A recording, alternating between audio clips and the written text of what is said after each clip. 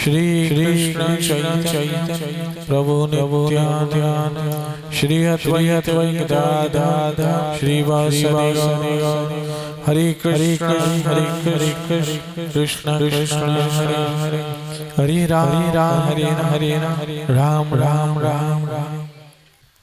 भगवत गीता 7वां अध्याय 19वां श्लोक।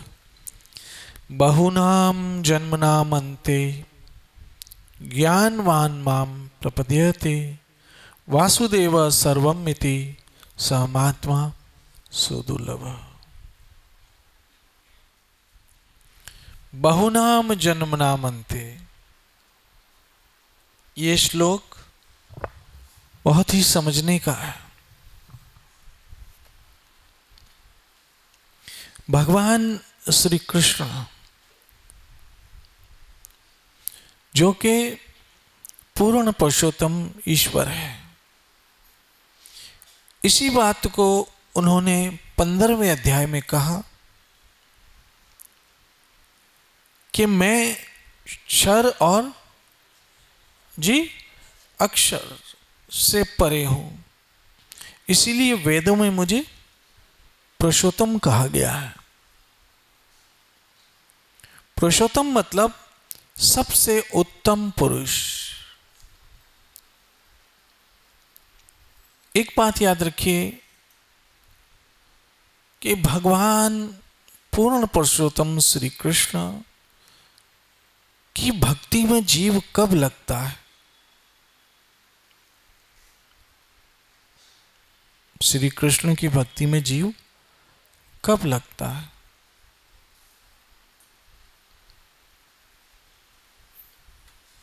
जिस तरह से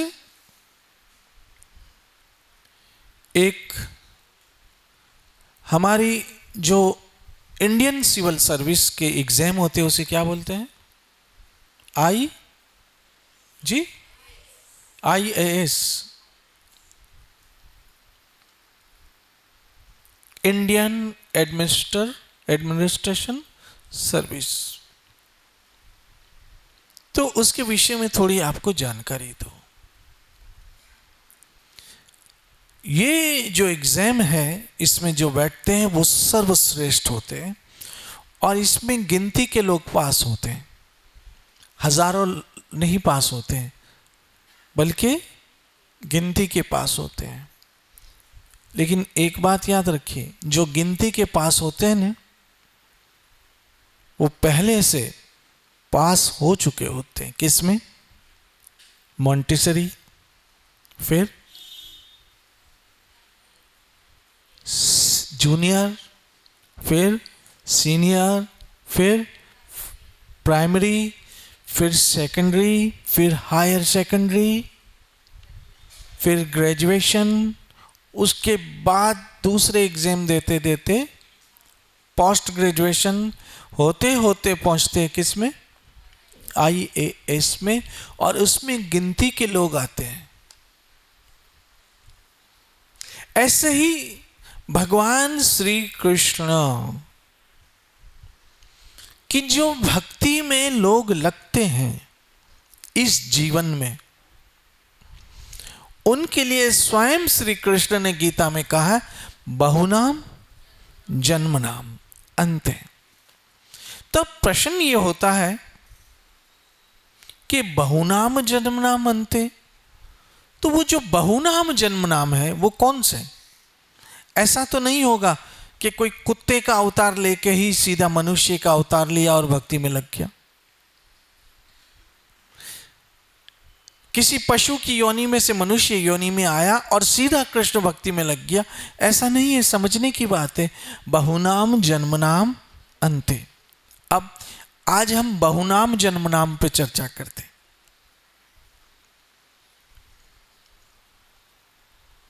तो बहुनाम जन्मनाम अन्ते, तो ये बहुनाम जन्मनाम क्या है? यानी बहुत से जन्म। तो मैं आपको एक बात बताऊं कि 84 लाख जूनियों में 4 लाख जूनियां मनुष्य की है। 80 और 4 लाख जूनियों में 4 लाख जूनियां मनुष्य की। अब वो 4 लाख जूनियों में कभी किसी देवी की पूजा, कभी किसी देवता की पूजा, कभी किसकी पूजा, कभी किसकी पूजा, कभी किसकी पूजा, कभी किसकी पूजा करते करते करते करते करते जब उन सारे देवी देवताओं की पूजा का फल मिलता है,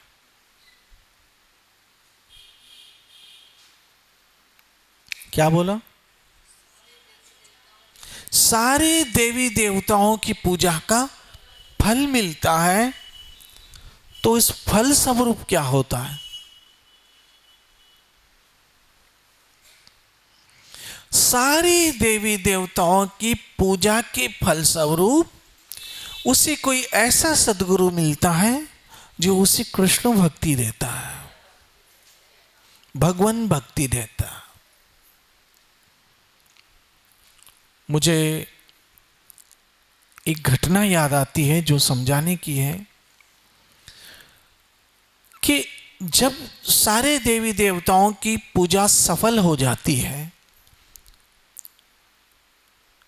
मैंने ये चीज अपने आध्यात्मिक जीवन में विशेषकर उसका नोटिस लिया है कि जो लोग भगवान शिव और माता दुर्गा की पूजा करते हैं, उनको कभी न कभी एक दिन ऐसा आता है कि बाबा भोलेनाथ और मां शक्ति की कृपा से उनको एक दिन कृष्ण भक्ति जरूर मिलती है। ये मैंने जीवन में नोट किया है, क्योंकि शिव के प्रिय भगवान श्याम सुंदर है, इसलिए भगवान भोलेनाथ और मां शक्ति की कृपा से, मां दुर्गा की कृपा से एक दिन उनको कृष्ण भक्ति जरूर मिलती है और वो अपना जीवन श्री कृष्ण की भक्ति में बिल्कुल लगा लेते हैं। तो मुझे रामकृष्ण परमहंस की जीवन की एक घटना याद आती है। आपको पता है कि ठाकुर रामकृष्ण परमहंस मां शक्ति के बहुत बड़े उपासक हुए हैं। आज भी कलकत्ता में उनका बहुत बड़ा मंदिर है और लोग जाते हैं वहाँ हजारों दर्शन करने। एक दिन मुझे भी सौभाग्य मिला था वहाँ जाने का।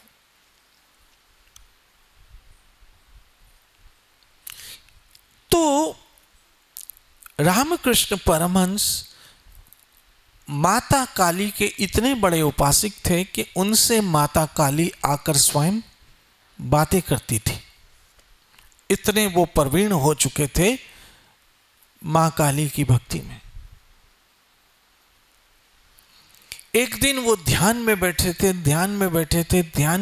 थे कि किसी ने उनके सर पर हाथ रख दिया। जब आंख खोली तो एक महापुरुष सामने खड़े थे जिनका नाम था तोतापुरी महाराज। वो सामने खड़े थे। तब रामकृष्ण परमहंस चौंक गए और चौंक कर उन्होंने उनकी तरफ देखा और उस महापुरुष ने कहा कि मैं आपको अपना शिष्य बनाना चाहता हूं। बहनों, माताओं, मित्रों, ये घटना बड़ी समझने की है। उन्होंने कहा कि मैं आपको अपना शिष्य बनाना चाहता हूं। रामकृष्ण परमहंस ने कहा, एक दिन का मुझे समय दो, मैं कल आपको बताऊंगा कि मुझे आपका शिष्य बनना है या नहीं बनना है।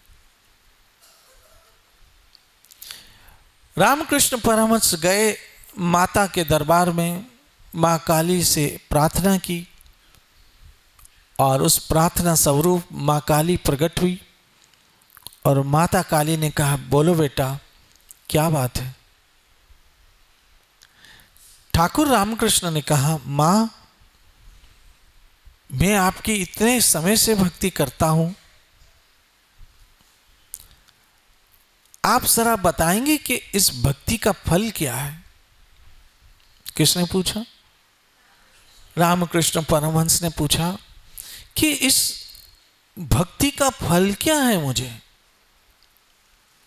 तब मां काली ने कहा, बेटा, कल जो तुमको महापुरुष मिले, कल जो तुमको गुरु मिले, वही मेरी भक्ति का फल है।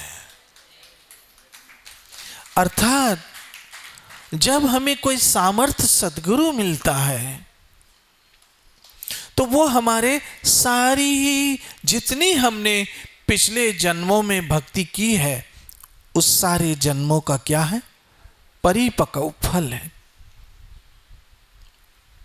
तो बहुनाम जन्मनाम अंते, क्योंकि ये शास्त्रों में भी लिखा है कि 84 लाख जून में ये जीव आता है, उस 84 लाख जून में 4 लाख मनुष्य के जन्म होते हैं। तो जाहिर बात है उस मनुष्य के जीवन में प्रगति करते करते करते करते उस 1 जून से दूसरी जून से तीसरी जून, उसमें प्रगति करते करते जैसे जैसे प्रगति करेगा वैसे वैसे भक्ति पूजा साधना में उन्नति होगी और उसके फलस्वरूप उसे कृष्ण भक्ति मिलती है। तब यहां पर भगवद गीता में कहा, बहुनाम जन्मनाम अंते, जब बहुत सारे जन्मों का अंत होता है, उस अंत फलस्वरूप ज्ञान प्राप्त होता है। कौन सा ज्ञान? वासुदेव सर्वम इति, वासुदेव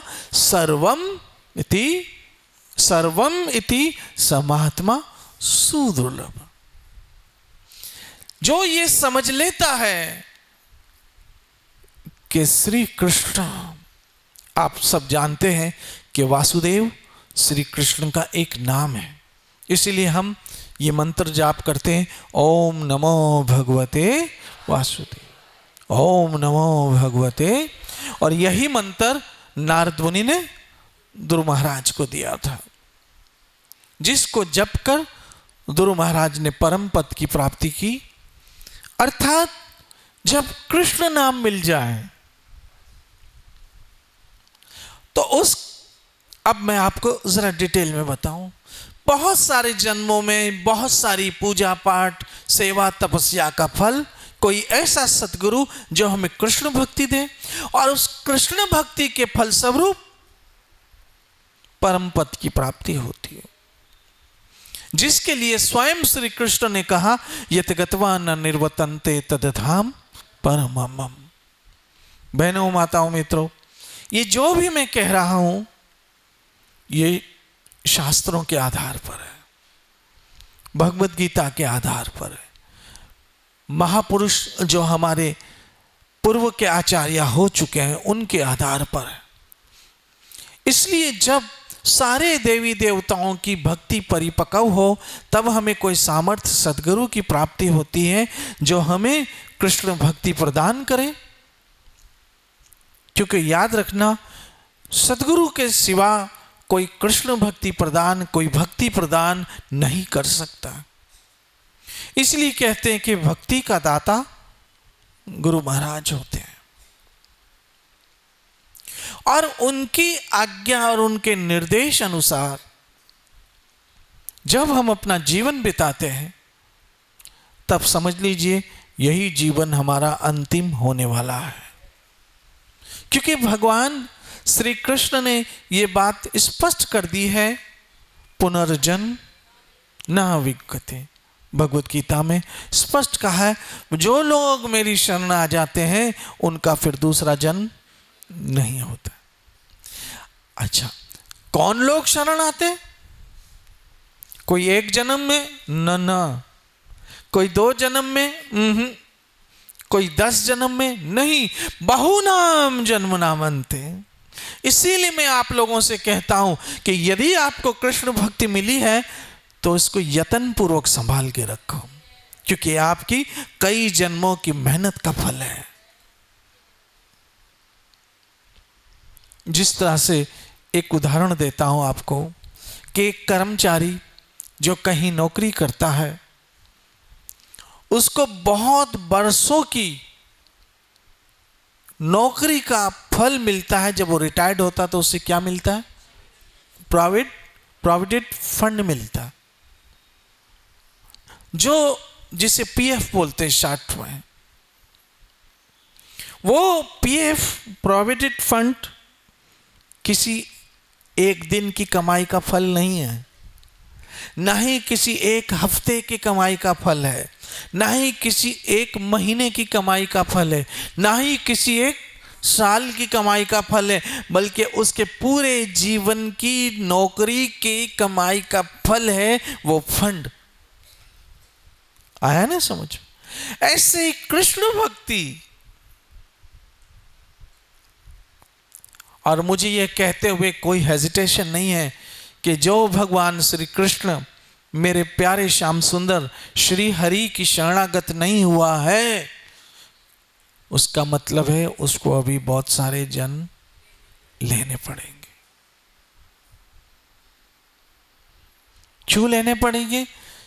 क्योंकि भगवत गीता में स्पष्ट श्री कृष्ण कर देते हैं,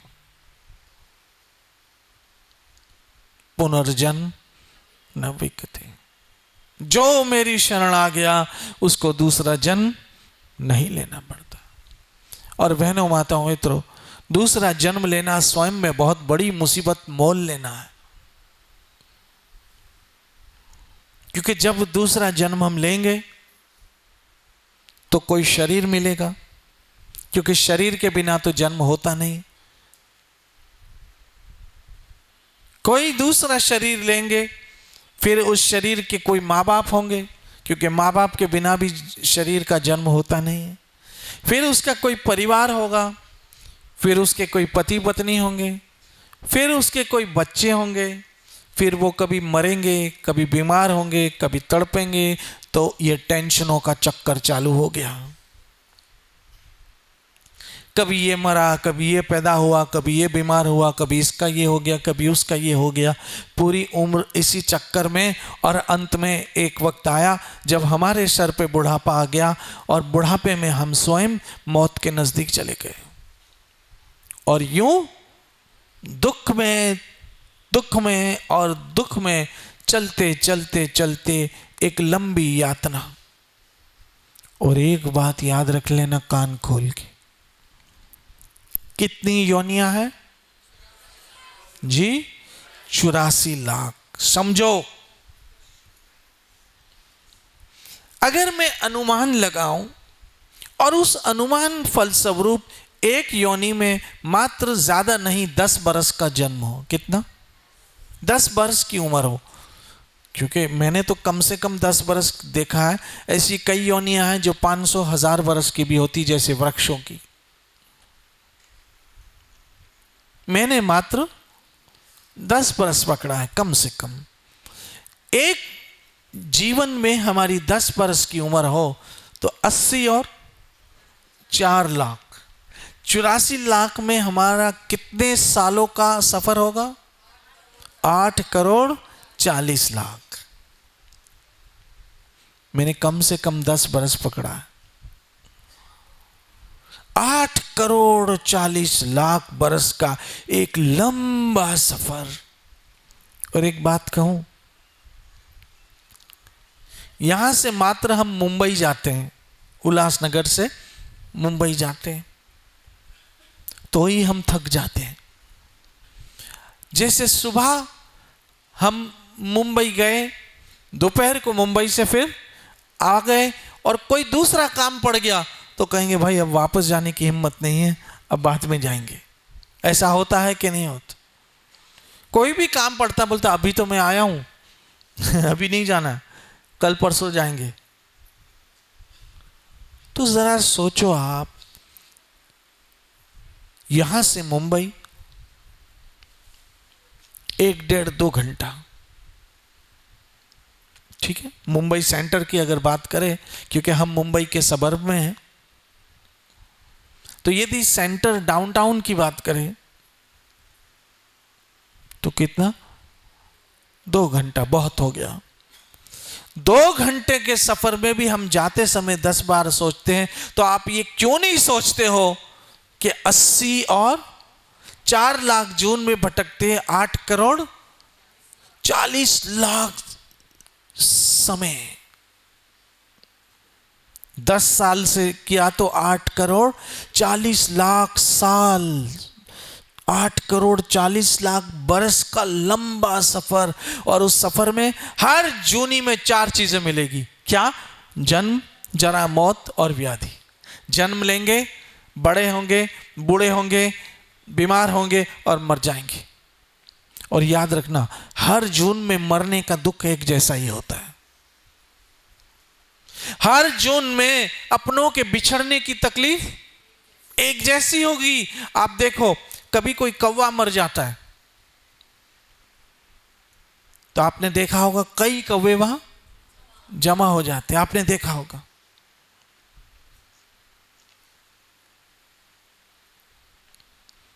एक मैंने वीडियो देखा सोशल मीडिया पे, किसी व्यक्ति ने बकरी को मारा था, आपने भी देखा होगा।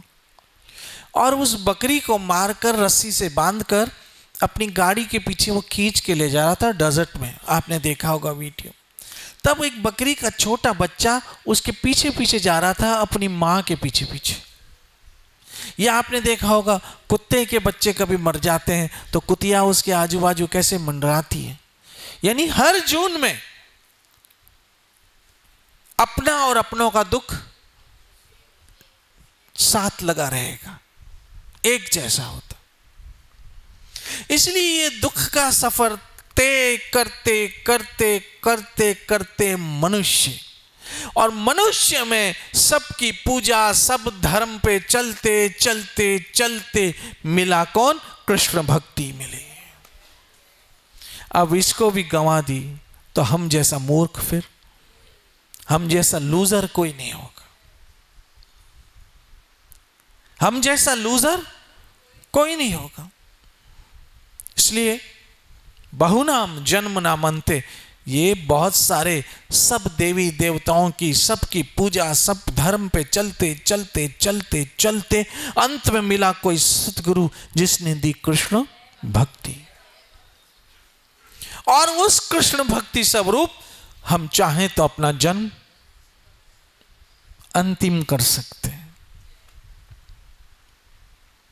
देखो, दूसरा, अगर इस श्लोक को हम एक दूसरे पहलू से देखें तो कृष्ण के ये शब्द है बहुनाम जन्मनाम अंते। जब आपके सारे जन्म अंत होने वाले होते हैं तो कृष्ण भक्ति मिलती है। मतलब कृष्ण भक्ति मिलना अब सारे जन्मों का अंत हो गया। ये भी हम समझ सकते हैं ऐसे भी इस श्लोक को।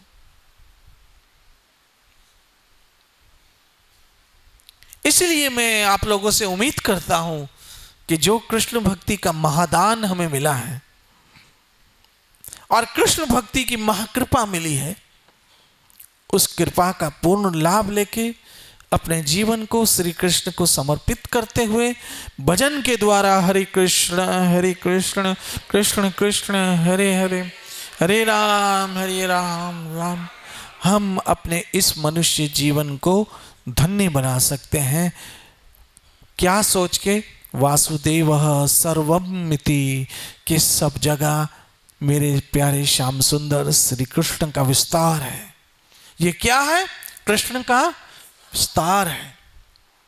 ऐसे हर जगह श्री कृष्ण का दर्शन करते हुए अपने जीवन को धन्य कर दे, और यही हमारे जीवन का लाभ है। मनुष्य जन्म की मौज ये मिले ना बारंबार। संत कबीर के दोहे पे मैं आज सत्संग को विराम देता हूं। देहधारी का फल यही। देहधारी मतलब जिसको शरीर मिला है, मनुष्य। देहधारी का फल यही, भज मन कृष्ण मुरार। है मन, अब तो कृष्ण को भज, क्योंकि ये मन ही है जो हमें भजन नहीं करने देता। ये मन ही है जो हमें इधर उधर भटका देता है। हे मन, अभी तो मान ले, क्योंकि तूने जिसको अपना माना है ना, वो तो बुढ़ापे में तुझे लात मार देंगे। तुझको बुढ़ापे में लात मारेंगे। बुढ़ापे में, बीमारी में अपनों का पता चलता है। और चलो भाई, मान लो कोई हमारी बहुत सेवा भी करते हैं, तो भी तो वो मजबूर है, क्योंकि उनके भी तो बाल बच्चे हैं, उनको भी तो नौकरी धंधा करना है, उनका भी बिजनेस है। कोई 24 घंटा थोड़ी हमारे सर पे बैठा रहेगा। बेटे गए दुकान पे, बेटे गए नौकरी पे, बहू गई किचन में, और हम वही अकेले के अकेले अपने कमरे में। और नसीब वाले होंगे कमरा मिलेगा, नहीं तो हॉल में पड़े रहेंगे। ऐसी अवस्था में हे मन, भजन कर श्री कृष्ण का। हरे कृष्ण कृष्ण कृष्ण कृष्ण हरे हरे, हरे राम देहधारी का फल यही, भज मन कृष्ण मुरार। क्यों? मनुष्य जन्म की मौज ये मिले ना बारंबार। ये मौज फिर कहां मिलेगी?